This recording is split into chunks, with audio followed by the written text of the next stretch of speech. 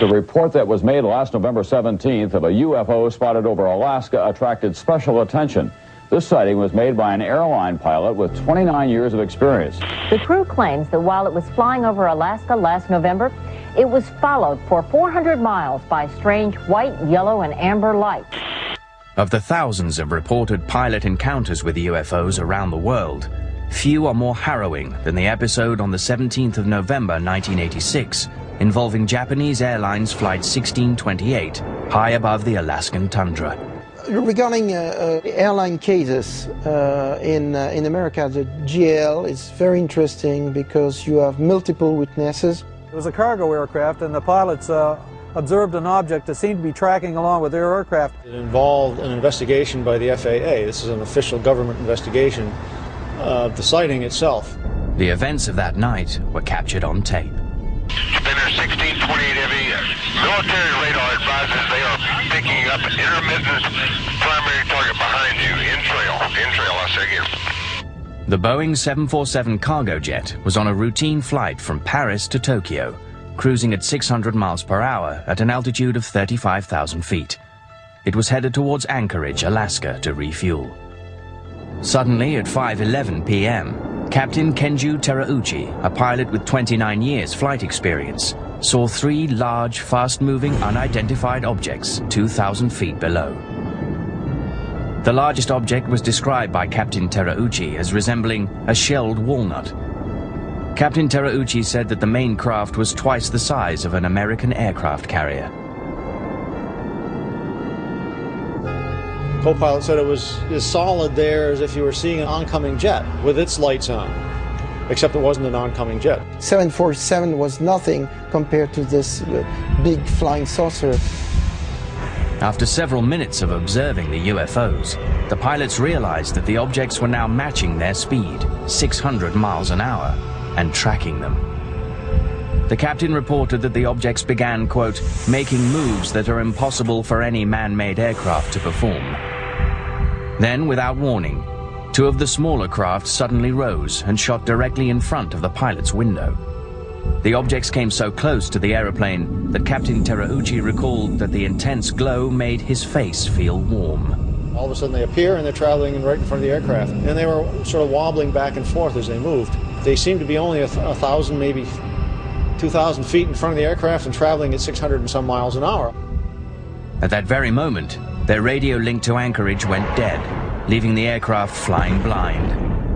A horrifying catastrophe was seconds away when the UFOs rose and veered left. Deviate from some object, requesting 240. Spinner 1628 Heavy, deviations approved as necessary for traffic. It's quite a bit, like a formation. In his official FAA report, Captain Terauchi said we had to get away from that object. Spinner 1628, sir, do you still have the traffic? Disappeared, Spinner 1628. Spinner 1628, I understand you do not see the traffic any longer? Okay.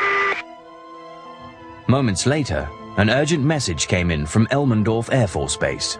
The unidentified object had now appeared on their radar. Yeah, that's 1-2 again. We have confirmed there is a flight size of 2 around here, 1550 squawk, one primary return only. Okay, where is he following him? It looks like he is, yes. Okay, stand by.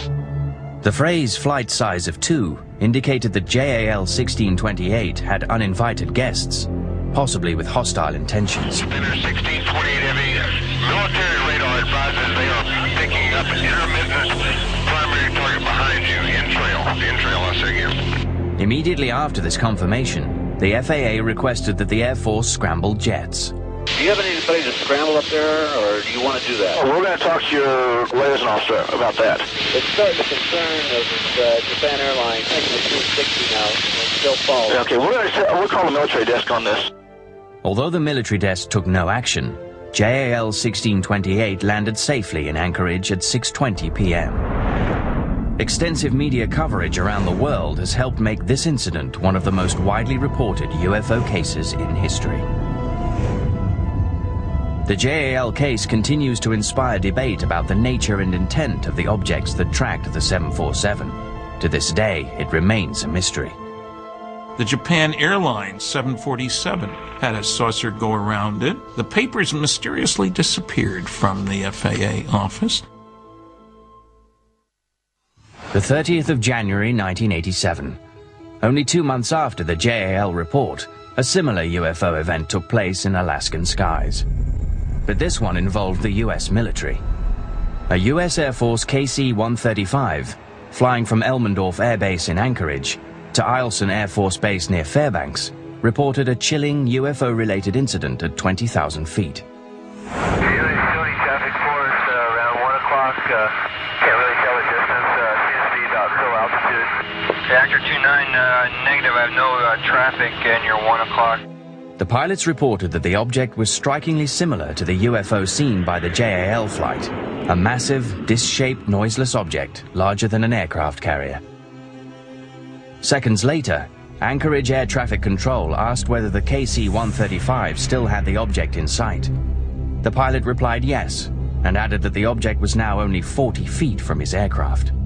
The recent incident involving JAL Flight 1628 even came up in their cockpit recording. We're from California, just visiting up here. People see this sort of thing a lot other than the Japan airline type. Actor 29, it's very rare seeing the lights up there. 30 minutes later, the Anchorage control tower passed on a message from the local FAA office. Actor 29, the quality assurance staff at the Anchorage Center here requests you give them a call after you land at Eielson. That is concerning the object we're looking at? Affirmative, sir. I think pilots make especially good UFO witnesses. They know what's normal in the sky and what isn't. They've seen all different kinds of airplanes routinely. When a pilot reports a UFO, there's a better than average chance that that's what it was. The 31st of January 1987. Less than 24 hours after the KC-135 encounter, yet another UFO-related incident occurred in the skies above Alaska. The pilots aboard Alaska Airlines Flight 53 witnessed enormous, bright, disc-like objects tracking their aeroplane. Ground control stated that no object was visible on radar, but it was the speed of the UFO craft that alarmed the pilots. Ahead, just underneath our radar, picked up a blip. He's moving about a mile a second. Just pull out straight ahead of us, just disappear. Man, he was there and then he was gone. If you're a pilot and you report a UFO sighting to the FAA, you might as well turn in your license the next day. The FAA, the military, even civilian authorities don't want to know about UFOs. The first pilot encounters with UFOs took place in the 1920s and 1930s, long before black box and control tower recordings were possible. Sightings by pilots have occurred ever since the very beginning with Kenneth Arnold. Kenneth Arnold was flying from Chehalis, Washington, over towards Idaho. Somewhere around Mount Rainier, he identified what looked to him to be about 9 aircraft traveling in an east to west position. It was this man, Kenneth Arnold, from Boise in Idaho, who ushered in the era of the flying saucer. At this point is where I had this terrific flash. I looked way off here to the north, and that's when I saw where the flash came from. It was an echelon formation of a very peculiar-looking aircraft. The second craft from the rear had a more or less crescent shape, and of course I kept mulling in my mind, that's the damnedest looking airplane I ever saw.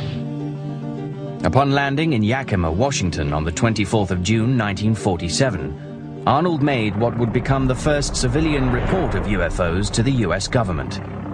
He described the objects to reporters as appearing and moving like saucers skipping across the water.